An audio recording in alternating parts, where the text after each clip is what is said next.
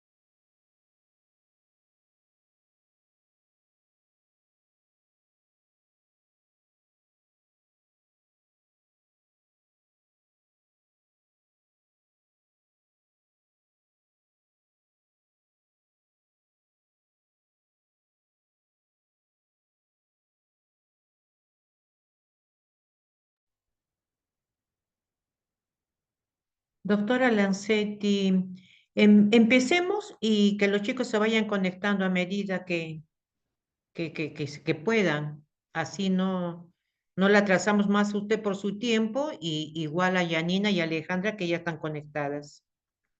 Bueno, perfecto. Vamos a arrancar entonces. Disculpen el fondo, estoy de guardia. Hoy vamos a hablar del síndrome coronario agudo.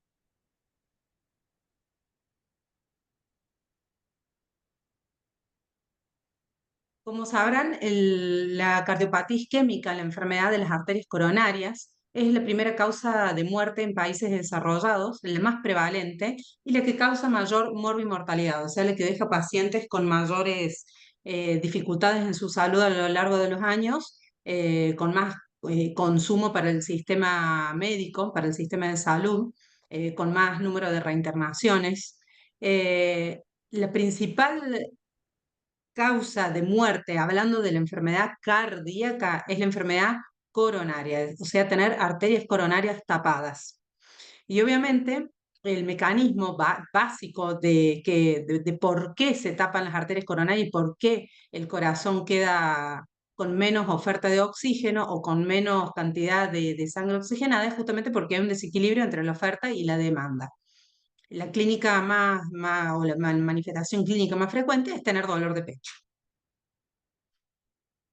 Los síndromes coronarios agudos engloban un gran espectro de entidades, dentro de las cuales tenemos, siendo la más simple o la que menos consecuencias trae en la salud o la de menor morbilidad y mortalidad, la angina inestable, los infartos sin elevación del ST y los infartos con elevación del ST, que lo van a ver en las siglas así, IAM o SCACES o SCACES con C, eso significa con elevación del ST y sin elevación del ST.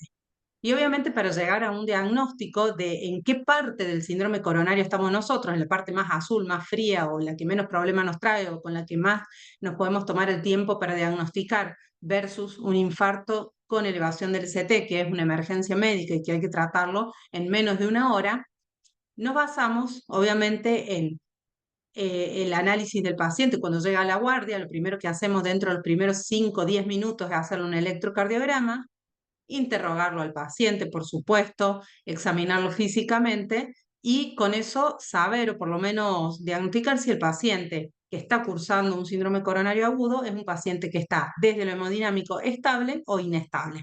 Y según eso, vamos a considerar un tratamiento que lo que hay que descartar en este extremo, el infarto con elevación del CT, es que requiera una estrategia invasiva, que es justamente hacer un cateterismo cardíaco. Entonces, en los infartos con elevación del ST, lo que se hace siempre como primera elección es hacer un cateterismo cardíaco y en caso, ahora vamos a ver más adelante, de que no contemos con hemodinamia en nuestro centro o que no tengamos un centro con hemodinamia cercano, la fibrinolisis, que es el tratamiento anticoagulante con algunos anticoagulantes específicos, que son medicamentos específicos, que justamente lo que hacen es romper los coágulos, que es lo que está causando el infarto. Si el infarto es sin elevación del ST, de riesgo también muy alto, porque el paciente está inestable, porque tiene arritmia, porque tiene dolor persistente, también vamos a considerar hacer un cateterismo de urgencia. Y si el riesgo es alto, no muy alto, podemos considerar hacer un cateterismo o una cinecoronariografía dentro de las próximas 24 horas. Entonces, repitiendo un poquito, el síndrome coronario agudo puede ser con elevación del ST o sin elevación del ST. Cuando hablamos sin elevación del segmento ST, ¿qué significa? Que tenemos, en algunos casos, elevación de los marcadores de daño miocárdico, o sea que tenemos una troponina o una enzima en el laboratorio alterada que nos habla de que hay daño miocárdico, que hay daño en las fibras musculares, y eso es el infarto sin elevación del ST porque no tenemos cambios electrocardiográficos. Pero si no hay movilización de enzimas y aún así el dolor es bien típico de pecho, que ya también vamos a charlar cuáles son las características de un dolor típico, estamos hablando de un cuadro de angina inestable. Estas dos primeras hablan de pacientes que no tienen cambios electrocardiográficos. En cambio, cuando un paciente tiene un electrocardiograma alterado con un supradesnivel del ST, con un dolor típico y también acompañado o no de enzimas, porque a veces ya viendo el electrocardiograma podemos saber que el paciente está cursando un infarto y ni siquiera es necesario en muchos casos pedirle enzima, estamos hablando de que tiene una oclusión de una de las arterias coronarias del 100%, y entonces, bueno, tenemos que tomar conductas ya de forma urgente o emergentes. A veces también, ya lo vamos a ver más adelante, el paciente puede que no tenga cambios electrocardiográficos con elevación del ST, pero que tenga un bloqueo completo de rama izquierda nuevo, que el paciente no sabía que lo tenía. Entonces, se presenta un paciente a la guardia con un dolor precordial. ¿Cuáles son los pasos a seguir? Repito, hacer un electrocardiograma dentro de los primeros 10 minutos que el paciente dijo que tenía dolor de pecho, hacer un examen físico completo, registrar en la historia clínica las características del dolor, el tiempo de evolución, la intensidad, en qué contexto apareció el dolor, si apareció mientras realizaba esfuerzo físico, en reposo, bueno, todas las características, particularmente si está irradiado, si se acompañó de sudoración. Tomar los signos vitales, si el paciente está normotenso, si está hipotenso, si está mal perfundido, si está sudoroso, y en última instancia pedir un valor de enzima cardíaca, que lo que siempre sugerimos, si está disponible en nuestro centro, es la troponina ultrasensible. Esto para tener el valor dentro de la primera hora de que el paciente llegó a la guardia y dijo tengo dolor. La clínica del dolor precordial es bien típica, siempre se presentan como un dolor opresivo, con irradiación generalmente al brazo izquierdo, al cuello, al maxilar inferior, que puede ser intermitente o puede haber comenzado, por ejemplo, mientras realizaba un esfuerzo y nunca se dio, que se puede acompañar de síntomas vegetativos como sudoración, como palidez, como sensación de náusea o directamente con mucha falta de aire o un desmayo o pérdida del conocimiento del paciente.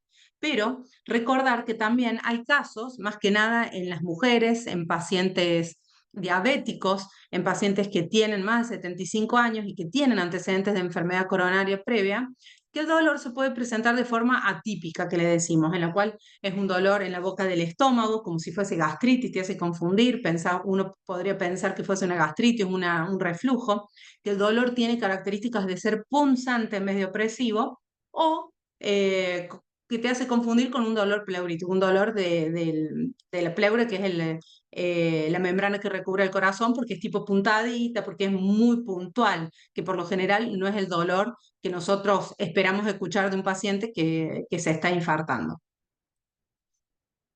El electrocardiograma, ¿qué es lo que vamos a encontrar? Recordar, hacerlo dentro de los primeros 10 minutos que llegó el paciente a la guardia. Lo que buscamos es un supradesnivel del segmento ST en por lo menos 2 derivaciones contiguas.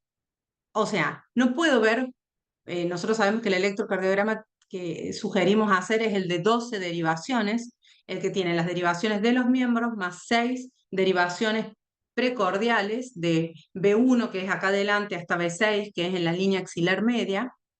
Pero en muchos casos, si sospechamos que puede haber infarto del ventrículo derecho, hay que hacer derivaciones que son B3 prima y B4 prima, que es lo mismo que B3 y B4 del lado izquierdo, pero apoyándolo sobre el hemitórax derecho, y a veces requiere también que hagamos derivaciones posteriores, que son B7 y B9, que van en la línea axilar posterior y en la línea en la mitad del omóplato, en la espalda.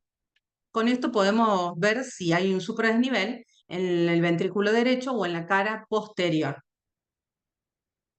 Si tenemos un paciente que de repente vemos un bloqueo de rama izquierda o un bloqueo de rama derecha o un ritmo de marcapaso, porque el ritmo de marcapasos, no sé si ustedes sabían, que un paciente que tiene un marcapasos tiene imagen en el electrocardiograma de bloqueo de rama izquierda, y con eso vos decís, no podés ver el supradesnivel y no podés decir si el paciente se está infartando de forma aguda, si es con elevación del ST. Pero si es nuevo, hay que considerar el bloqueo de rama izquierda o el bloqueo de rama derecha, hay que considerar que el paciente está cursando un síndrome coronario agudo y tratarlo como tal. Entonces ahí te apoyas un poquito más en la clínica y un poco también en las enzimas cardíacas. Vemos el valor, vemos si tiene arritmias y demás, porque no vas a poder hacer el diagnóstico únicamente con el electrocardiograma. ¿Qué pasa con los síndromes coronarios agudos sin elevación del ST? Bueno, en un tercio o más de los pacientes, el electro no va a tener nada nuevo, ninguna novedad ni nada que nosotros veamos agudo y que nos haga pensar que el paciente está sufriendo un infarto. Pero muchas veces más allá de que no tengan el supradesnivel del ST, podemos encontrar cambios en el ST, como por ejemplo depresiones del segmento de más de 1 milímetro, alteraciones de la onda T, esas ondas T que son bien profundas y negativas, o bifásicas, que tienen un poquito de negativo y después un poquito más alto, y recordar que en la cara anterior del electrocardiograma, o sea, de B1 a B4, los pacientes que presenten ondas T negativas se le llama signo de Wellens y tiene mucha relación con la arteria descendente anterior que habíamos hablado en la clase previa, que pueda estar tapada de forma aguda, o sea, que esté comprometida y esté ocluida. ¿Qué hacemos? ¿Qué otros estudios hacemos complementarios en un paciente que creemos que se está infartando, además del electrocardiograma y el laboratorio, por supuesto? Una placa de tórax para descartar otras causas de dolor, pero que no debe retrasar el tratamiento. O sea, si la placa de tórax me dicen, mira, vamos a tener turno para hacerla de acá a 2 horas, listo. No contamos con la radiografía. ¿Qué es lo que buscamos en particular? Derrames pericárdicos, derrame pleural, neumotórax o ensanchamientos del mediastino, de la zona en donde están las arterias del corazón, la arteria aorta, pensando o para descartar una disección aórtica. Y el ecocardiograma, que es el estudio que hacemos también nosotros para valorar cómo está la contractilidad del corazón. O sea, el corazón nosotros lo dividimos en caras y podemos inferir que, por ejemplo, si la cara anterior del corazón se mueve mal, que está tapada la arteria que irriga la cara anterior del corazón, que si recuerdan era la arteria descendente anterior, o lo mismo, si es la cara posterior, la arteria coronaria derecha, o la cara lateral, la arteria circunfleja. También, en caso de que esté ocurriendo un infarto agudo de miocardio, valoramos cómo está la función global del corazón, si está disminuida, si es menos del 50% o si es mayor al 50%, y descartamos complicaciones mecánicas. Después también lo vamos a hablar, pero complicaciones mecánicas del infarto me refiero a que haya ruptura de una de las paredes del corazón, ruptura de uno de los septum interauriculares o interventriculares y traspaso de sangre de un lado al otro, o también trastornos en las válvulas, porque recuerden de la clase anterior que hay arterias coronarias que irrigan los músculos papilares, que son parte del sistema de las válvulas cardíacas, y obviamente al ocluirse la arteria y al necrosarse ese músculo, puede producirse una insuficiencia mitral aguda, por ejemplo, y eso lo vamos a ver por ecocardiograma. Y también en el eco podemos descartar la disección aórtica. Si el paciente está inestable, si hay que tomar decisiones rápidas, entonces, y nos va a hacer perder tiempo, no vamos a hacer todos estos estudios. Vamos a directamente llevar al paciente a cateterismo. No debes nunca retrasar el tratamiento de un síndrome coronario agudo.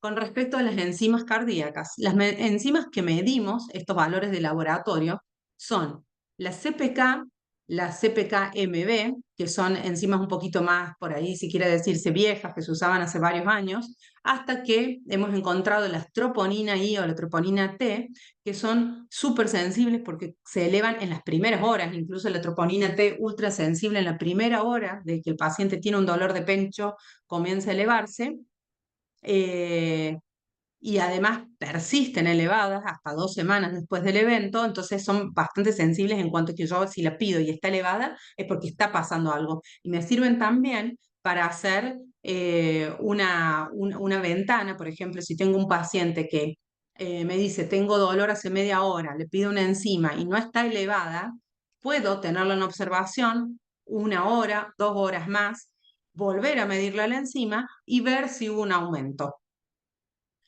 ¿Cómo se llama esto?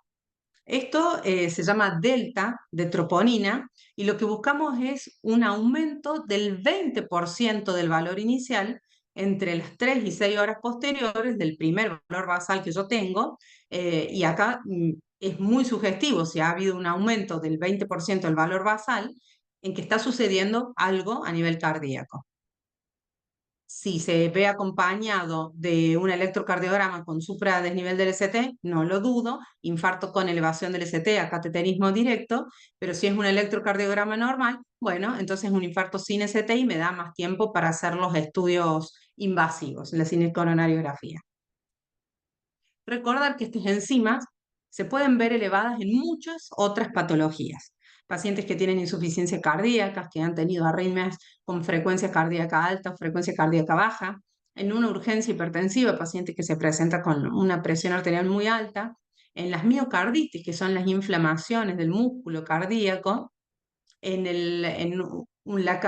miocardiopatía por estrés, que es una enfermedad también en la cual hay alteraciones de la motilidad de las paredes del corazón, que se llama Takotsubo, en la disección aórtica, en otras patologías de las válvulas cardíacas como la estenosis aórtica, enfermedades cuando un paciente yo lo tengo chocado con una infección muy importante, por sepsis, por quemaduras, en la embolia o la hipertensión pulmonar.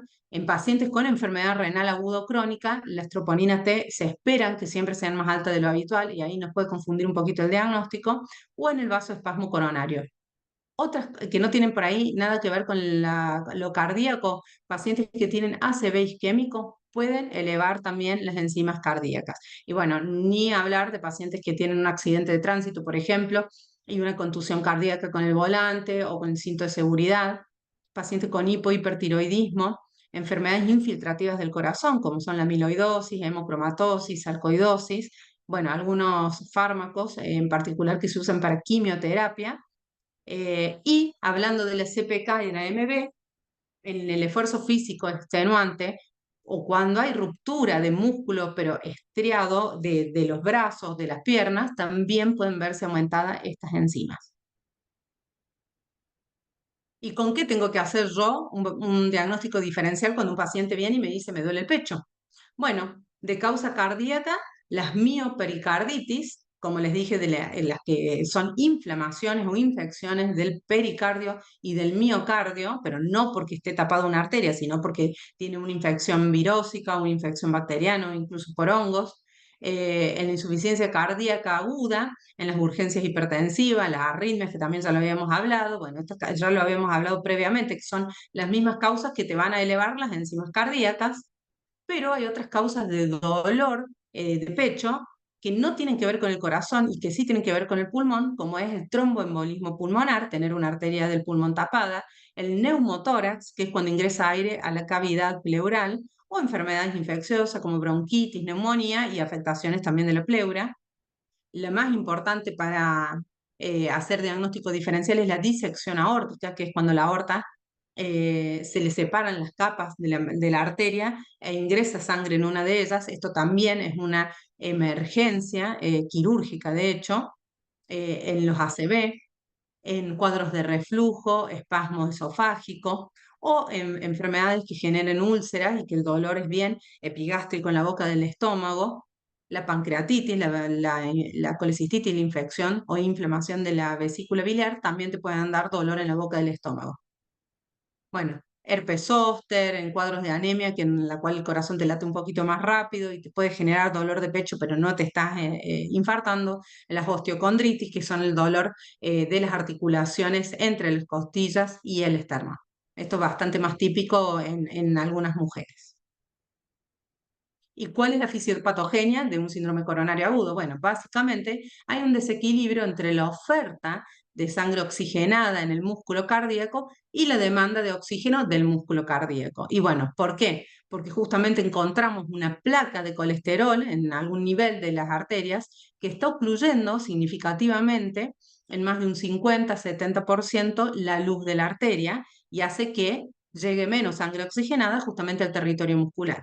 Pero a veces hay vasoespasmo o disfunción microvascular en la cual la arteria, por más que no tenga una placa de colesterol, se achica por función del músculo que tiene la pared de la arteria, que es en los casos de los pacientes que consumen cocaínas o en algunas mujeres que tienen también más reactividad los músculos de la pared arterial.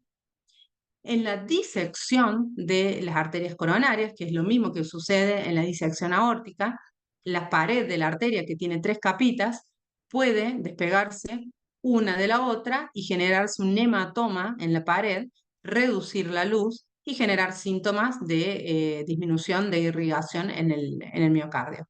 Y si no, desequilibrio puro, por ejemplo, en los casos en los que hay una anemia importante. Si hay pacientes con anemia, pero que tienen además también una placa de colesterol, bueno, puede darse la situación de que el paciente sufra un infarto, a veces no tienen la plaquita de colesterol y van a sentir únicamente dolor de pecho.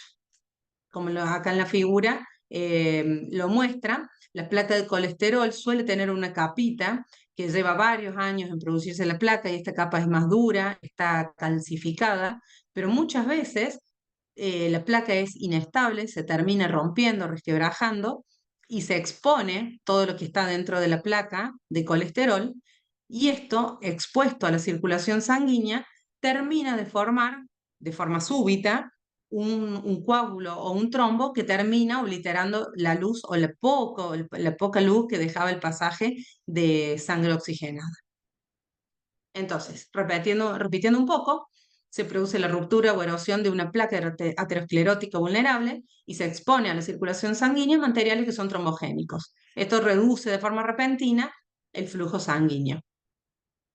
Cuando la oclusión de la arteria es 100% o total, lo vamos a ver en el electrocardiograma como un síndrome coronario con elevación del ST, porque genera una elevación del ST y eso no queda lugar a dudas que es para cateterismo urgente, pero cuando la oclusión de la luz de la arteria es parcial, o hay circulación colateral, porque esto ya llevaba mucho tiempo en producirse la placa de colesterol y se fueron formando como nuevos vasitos sanguíneos, bueno, por ahí lo que podemos ver son cambios más sutiles en el electrocardiograma asociados a un dolor de pecho y nos da un poquito más de tiempo como para tratarlo. Otras causas de infarto son disección, ruptura de las paredes, por trauma, por arteritis, que son enfermedades autoinmunes, por anomalías congénitas y bueno, como habíamos hablado antes, por consumo de cocaína o como una misma complicación del cateterismo cardíaco que se rompe la arteria de la pared y bueno, el paciente puede sufrir un infarto. Esto por ahí es algo que les va a interesar un poquito más a ustedes, como para saber qué hacer cuando un paciente llega o a la guardia o a la terapia intensiva con un infarto agudo de miocardio. Primero, reposo. Lo acostamos al paciente, lo tranquilizamos, empezamos rápidamente a monitorizarlo, tenemos que poner los electrodos para ver un monitoreo continuo del electrocardiograma, tomarle la presión arterial para ver que no esté chocado, para ver que tenga una presión arterial normal y la saturación de oxígeno. Solamente vamos a darle oxigenoterapia a bajo flujo si la saturación es menor al 90%. Si la saturación es mayor, el paciente no requiere aporte de oxígeno. Y lo vamos a canalizar rápidamente con 2 vías venosas periféricas. ¿Por qué? Porque necesitamos pasar medicamentos anticoagulantes, medicamentos antiarrítmicos, ante cualquier eventualidad. Recordar que esta es una urgencia, una emergencia y que el paciente puede sufrir arritmias como consecuencia del infarto y que tenemos que estar listos con una vía preparada por si nos hace un paro, por si nos hace una arritmia y además porque eventualmente en la próxima hora va a ir el paciente hemodinamia, entonces por lo general ahí administran bastante anticoagulantes, analgésicos, ansiolíticos y vamos a necesitar siempre una vía venosa o una vía periférica extra.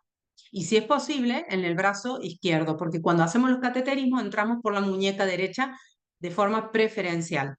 Si no se puede hacer el cateterismo por la muñeca, bueno, podemos entrar por la ingle a nivel femoral, pero siempre preferimos la muñeca porque el paciente se recupera más rápido.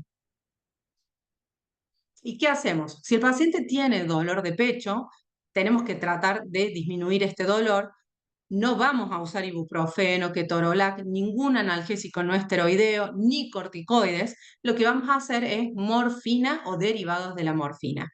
5 miligramos, lo hacemos en bolo y lo repetimos cada 10, 15 minutos si el paciente está muy molesto, si le duele mucho. Además, también esto reduce un poco la ansiedad del paciente.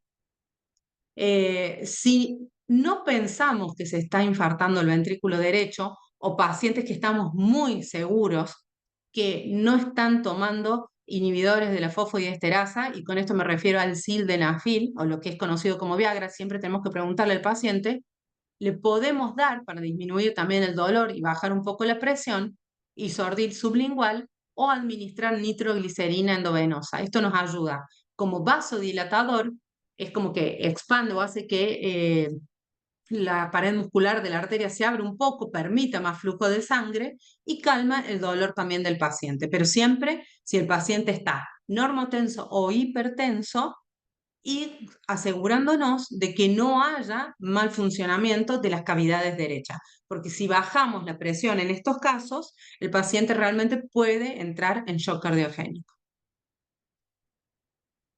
Otros medicamentos que usamos también en el infarto o posterior al infarto son los inhibidores de la enzima convertidora de angiotensina o IECA, que los administramos por vía oral, como son el enalapril, el ramipril.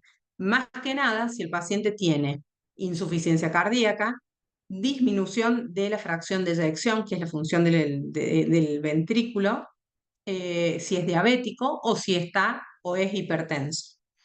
Siempre también vamos a administrar de forma precoz estatinas, que son los medicamentos que actúan sobre el colesterol, en dosis altas o la dosis más alta que el paciente tolere, para obtener objetivos de LDL, que es el colesterol malo, menores a 70 miligramos por decilitro. Entonces, van a ver que les pedimos que nos administren atorvastatina entre 40 y 80 miligramos de carga y que después lo vamos a dejar indicado una vez por día, y rosuvastatina o rosuvastatina, también dependiendo de qué medicamento contemos en cada hospital, en dosis de 20 a 40 miligramos en carga y también cada 24 horas. Con respecto a otros medicamentos que son los beta bloqueantes, que los habrán escuchado como atenolol, carvedilol, bisaprolol, son medicamentos que bajan la frecuencia cardíaca, bajan también la presión arterial. Algunos se presentan de forma oral, la mayoría de ellos, y otros vienen en forma endovenosa. Están totalmente contraindicados en un paciente que está con insuficiencia cardíaca descompensada, en shock cardiogénico, que está hipotenso, que está con frecuencias cardíacas bajas por debajo de 50 latidos, o que tiene arritmias, trastorno de la conducción auriculoventricular o asma, hiperactividad bronquial. ¿Por qué? Porque en los pacientes con insuficiencia cardíaca, un mecanismo compensatorio es la taquicardia, el aumento de la frecuencia cardíaca. Entonces, si vos bajás la frecuencia cardíaca de forma súbita, le estás sacando ese mecanismo de compensación al paciente y terminás empeorando el shock cardiogénico y la insuficiencia cardíaca. Lo mismo en los cuadros de hipotensión arterial. Como les dije, estos medicamentos bajan la presión arterial, entonces uno no quiere hipotensarlo más al paciente ni bajarle más la frecuencia de lo que es normal. Y como también bajan la frecuencia, pueden generar arritmias bradicardias, que son arritmias de frecuencia cardíaca baja, y empeorar el broncoespasmo en las crisis asmáticas o en pacientes que son asmáticos. Además, han salido, no lo puse acá, pero hay nuevos estudios desde el año pasado que están únicamente indicando estos medicamentos beta bloqueantes en pacientes que tienen disminución de la fracción de eyección por debajo del 40%. Así que no estaría indicado en todos los pacientes. Lo que sí le indicamos a todos los pacientes, como pueden ver acá, con un síndrome coronario agudo, ya sea con elevación del ST o sin elevación del ST, es la aspirineta, que recordar que la dosis de carga es de 300 miligramos y le pedimos al paciente en el episodio agudo que la mastique y después trague. Para romper la cubierta entérica y que haga el efecto más rápido. Y posteriormente la vamos a dejar indicada 100 miligramos por día. Segundo medicamento que utilizamos en pacientes, porque nosotros hacemos un tratamiento antiplaquetario o antiagregante plaquetario combinado, usamos dos antiagregantes, puede ser el ticagrelor, que la dosis de carga es de 180 miligramos y después dejamos una dosis de mantenimiento de 90 miligramos cada 12 horas, o otros medicamentos que son los inhibidores no reversibles del P2Y12, que es bueno, una enzima o una proteína de la plaqueta sobre la cual actúan, que son el clopidogrel o el prasugrel. La dosis de carga del clopidogrel van a ver que les pedimos que hagan entre 300 o 600 miligramos y después van a ver que al otro día dejamos indicados 75 miligramos día. Esto está indicado en los pacientes que no se puede usar prasugrel o ticagrelor, porque sería de tercera elección. O, por ejemplo, en pacientes en que tienen que estar anticoagulados, o sea, no antiagregados, sino también anticoagulados por alguna otra situación, preferimos usar el clopidogrel porque es el menos potente y que genera menos riesgo de sangrado. El prasugrel es otro antiagregante plaquetario, que la dosis de carga es de 60 miligramos y después dejamos indicado a las 24 horas 10 miligramos por día. Este medicamento, que es súper potente, el prasugrel, está contraindicado en pacientes que son añosos, que tienen más de 75 años, que tienen bajo peso, que pesan menos de 60 kilos, o que han tenido ACV isquémico o accidente isquémico transitorio previo. Van a ver también que les pedimos que administren heparina no fraccionada de forma endovenosa o heparina de bajo peso molecular, enoxaparina, a razón de 1 miligramo kilo, o sea que si el paciente pesa 80 kilos, serán 80 miligramos cada 12 horas para mantenerlo anticoagulado de forma subcutánea. ¿Y cómo es el manejo de un paciente que está en la terapia intensiva y que está cursando un síndrome coronario agudo, sea con elevación del CT, sin elevación, con Angor, que ya estuvo, ya se le hizo el cateterismo o que no se le hizo aún el cateterismo? Bueno, lo mismo que si lo recibimos en la guardia. Lo vamos a monitorizar con el multiparamétrico, necesitamos ver el electrocardiograma, ver la frecuencia cardíaca, ver que no haga arritmias, saturación, presión arterial continua, frecuencia respiratoria. Vamos a hacerle electrocardiograma seriado, por lo menos una vez a la mañana, una vez a la noche, o aunque sea uno por día, porque nosotros en el monitor no vemos todas las derivaciones, a veces no nos enteramos si está haciendo cambios. Vamos a hacer tratamiento del dolor con la morfina, vamos a hacer tratamiento farmacológico específico, que con esto me refiero a los antiagregantes, a los anticoagulantes. Cuando vuelva del cateterismo, vamos a controlar los sitios de punción, vamos a controlar la muñeca, el acceso venoso femoral derecho, ver que no sangre, que no esté haciendo hematoma, y si hay alguna complicación, detectarla de forma oportuna y rápida y tratarla. ¿Cuáles son las complicaciones? Bueno, justamente las arritmias, que el paciente haga un paro, que el paciente haga shock cardiogénico, que entre en insuficiencia cardíaca, que baje la saturación de oxígeno, que baje la presión arterial, que baje la frecuencia cardíaca, para, bueno, detectar todo eso para poder tratarlo de forma rápida. Siempre el tratamiento de elección es la revascularización o la reperfusión, que significa abrir la arteria. En todo paciente con síndrome coronario agudo con elevación del ST, la indicación es antes de que pasen 12 horas desde que empezó el dolor. En los pacientes sin elevación del ST, en los que son de alto riesgo, o sea, que no tienen supradesnivel del ST, pero que están con dolor persistente, que están mal perfundidos, que tienen insuficiencia cardíaca, que están haciendo arritmia y nosotros lo vemos por monitor, siempre la angioplastia coronaria con stent va a ser preferencia frente al tratamiento con fibrinolíticos, porque se puede hacer en algunos casos un tratamiento con unos anticoagulantes muy potentes endovenosos que desarman el coágulo y, bueno, devuelven justamente, reperfunden la arteria, la abren a la arteria y mejoran la llegada de sangre al miocardio. Si la angioplastia, o sea, yo no tengo hemodinamia disponible y no estoy dentro de 2 horas de cercanía de un centro con hemodinamia, entonces voy a tener que administrar fibrinolíticos medicamentosos endovenosos. En pacientes en los cuales el infarto pasó ya más de 48 horas y el paciente está asintomático, está estable, la revascularización con angioplastia de urgencia no está indicada y puede esperar el paciente. Así que, para repetir, con elevación del ST, con síntomas de menos de 12 horas, angioplastia primaria, si el hospital tiene hemodinamia y está, lo tengo disponible en menos de 2 horas, o puedo derivarlo a otro lugar que esté disponible también en menos de 2 horas de su llegada. Si lo tengo que trasladar en ambulancia y estoy fuera de Córdoba y me va a llevar 4 horas el traslado, no. Primero priorizo hacer fibrinolisis en el hospital. Si no hay criterios de reperfusión, después de hacer el tratamiento con fibrinolíticos endovenosos, o sea, si yo le administré estos anticoagulantes potentes endovenosos, repito el electrocardiograma y aún así persiste con elevación del ST, lo tengo que derivar igual a un centro con hemodinamia y va a ser una hemodinamia al momento en que llegue, pero ya es un tratamiento secundario, porque intenté reperfusión primaria. Pero siempre, siempre tengo que tratar de mejorar el electrocardiograma y que no quede con elevación del ST.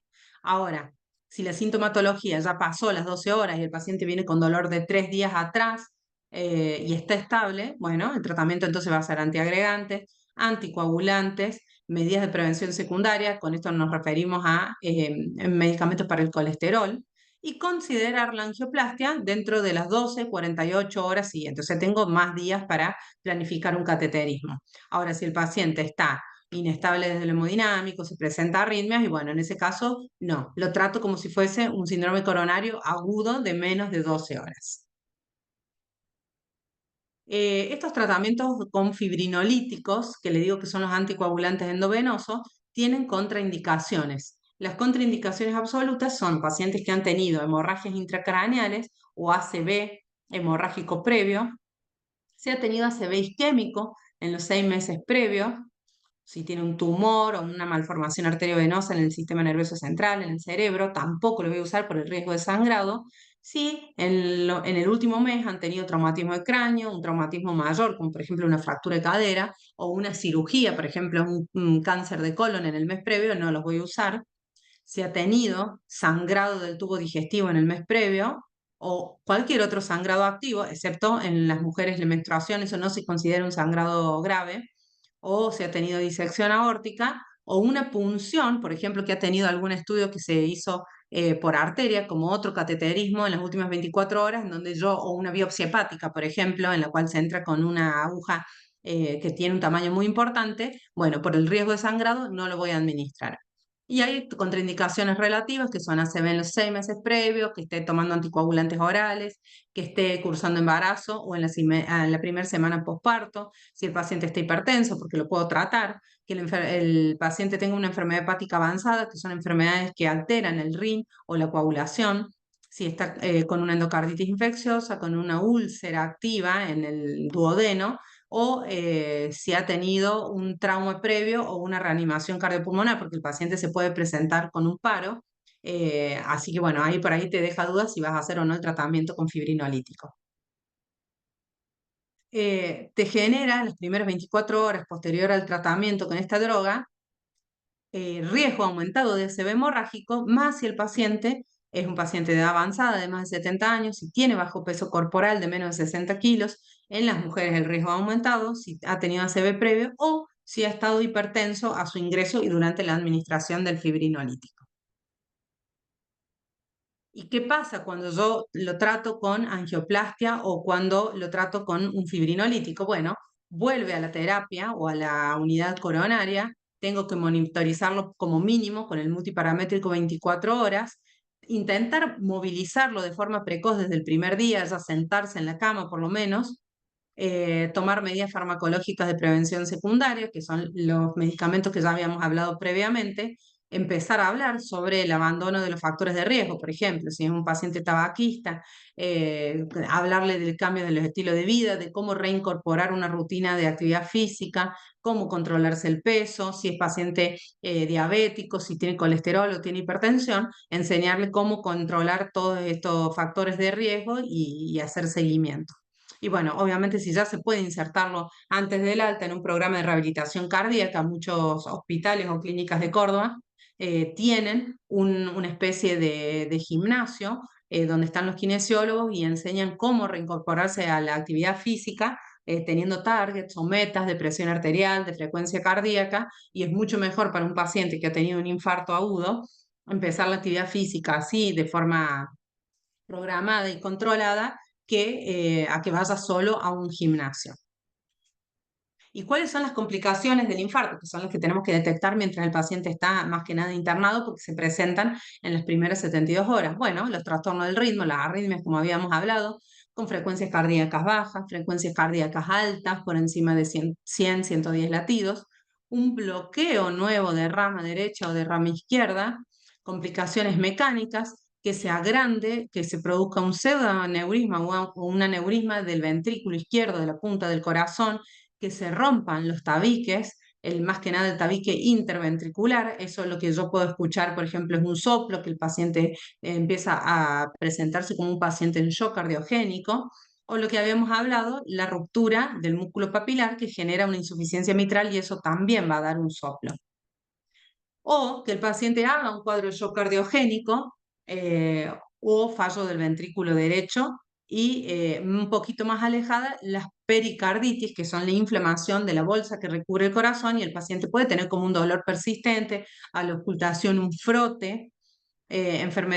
Complicaciones tromboembólicas son el ACV posterior a haber tratado un infarto o complicaciones isquémicas, que es un poco lo mismo, por movimientos del colesterol en todo el torrente sanguíneo que puedan generar complicaciones como ACV, como oclusiones de otras arterias del cuerpo, piernas, brazos, etcétera, que es mucho menos común, pero el ACV un poquito más común en el posterior a la angioplastia coronaria. Bueno, solamente unas menciones cortas del shock cardiogénico. Recuerda que el shock cardiogénico es un fallo circulatorio porque cae el gasto cardíaco y entonces los tejidos o los órganos de nuestro cuerpo están hipoperfundidos y con hipoxia tisular. O sea, hipoperfundidos significa menos llegada de sangre oxigenada, sufren el déficit de oxígeno y eso se llama hipoxia tisular. El tejido sufre, se reduce el aporte o hay aumento del consumo. Es una complicación en muy pocos casos del infarto, pero con gran mortalidad.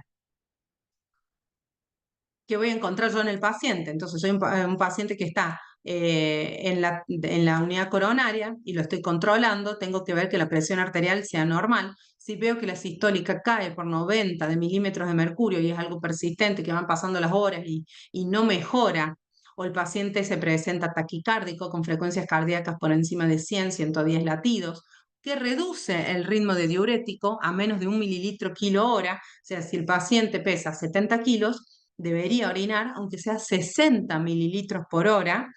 Si veo que pasan horas y el paciente no orina y pasa 24 horas y el paciente no ha tenido registro de diuresis, puede que tenga sus riñones mal irrigados. Si presenta alguna alteración del sensorio, está desorientado, con depresión del sensorio, no responde, no reconoce a la familia, se duerme, bueno, también tengo que pensar en que hay bajo flujo a su cerebro, si hay trastornos de la perfusión, por ejemplo, que las extremidades estén cianóticas, que los labios, las orejas, la nariz estén cianóticas, que estén azuladas, que tengan los miembros fríos, que haya livideces, tengo que pensar que ya hay mala perfusión de los tejidos como la piel o las uñas y demás.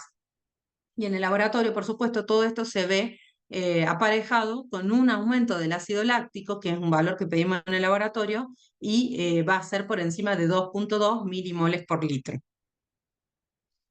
¿Qué se hace en esos casos? Entonces el médico va a considerar darle un poco más de fuerza o inotropismo al corazón mediante el uso de algunas drogas endovenosas, que por ahí las habrán escuchado y son la dobutamina, la dopamina, la milrinona, esta en Argentina no, el levosimendan sí, adrenalina y noradrenalina.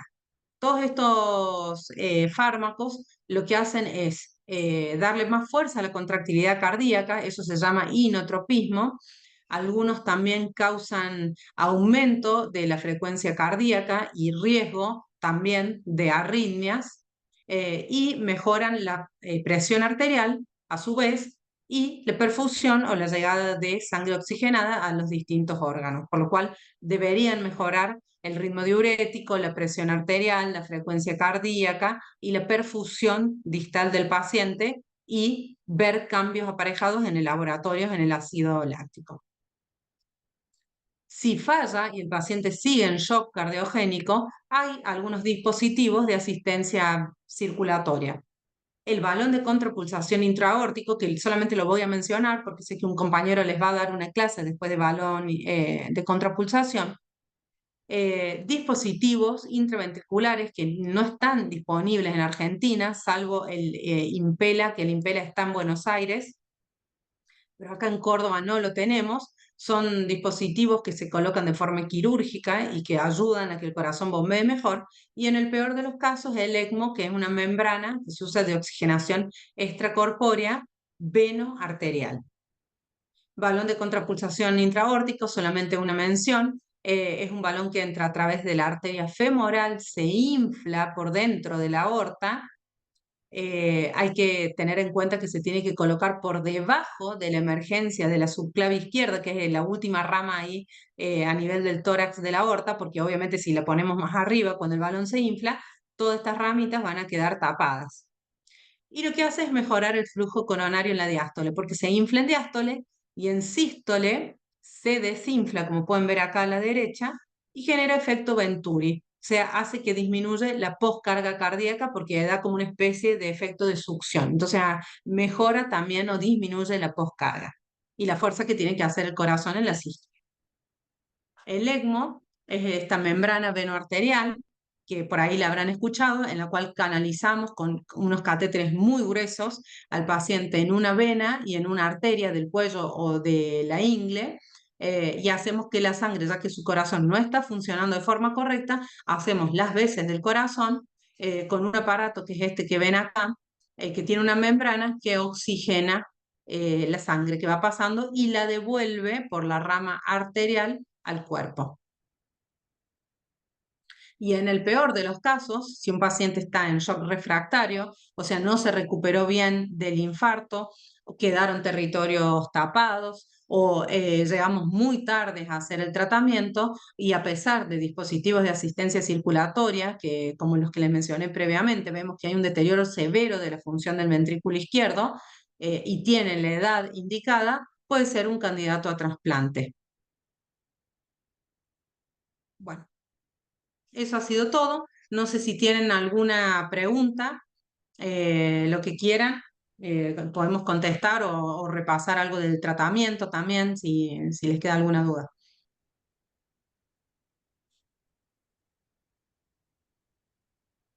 Chicas, ¿no tienen dudas? Ahora le paso la clase y la clase del lunes pasado que me había quedado pendiente. Bueno, bueno, doctora, sí las cuelgo. Bueno, doctora, su clase es muy clara, así que yo creo que no van a tener problema los chicos. Cualquier cosa o cualquier duda, ya saben que ellos me tienen que escribir por mail y yo generalmente les transmito como para que ustedes nos ayuden a través de mail, sobre Sí, todo ningún cuando se van problema. Lo que acercando a las necesiten, evaluaciones. lo que necesiten. Bueno. Estamos chicos, entonces si no quedan dudas, el lunes pasado les dejé también mi email, pero ahora le mando a Dori las dos clases ya por mail. Bueno, gracias, doctora, y De bueno, nada, está de guardia. guárdense. Sí, Volvemos al trabajo. sí. Hasta luego. Chicos, no Chao, corten que saludos. tengo novedades para decirles a ustedes, así que no se vayan. Bueno, primero que ya está actualizado, ya está colgado el cronograma de clases, como para que ustedes vean el tema de la fecha de los talleres y el tema del primero, el segundo parcial y la entrega del trabajo final. El primer parcial es el 4 de agosto y el segundo parcial no me acuerdo, creo que es en octubre. Y al final, el trabajo final. La semana que viene, chicos, tenemos, arrancamos ya con el 7 de julio, tenemos una semana de vacaciones, así que retomamos el 14 de julio con la presentación de todo lo que es cardiovascular. ¿Ah?